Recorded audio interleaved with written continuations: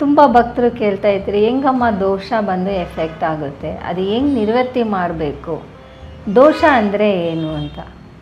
ಹುಟ್ಟಿದ ತಕ್ಷಣ ಜಾತಕ ಬರೆಯೋದು.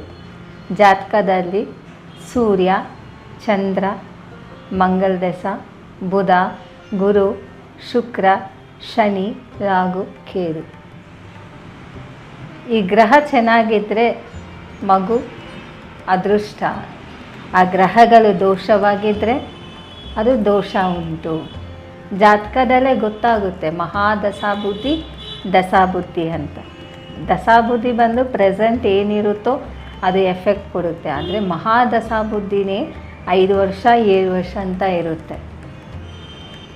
ಶನಿ ದೋಷ, ಸರ್ಪದೋಷ, ರಾಹುಕೇತು ದೋಷ, ಮಂಗಲ ದೋಷ.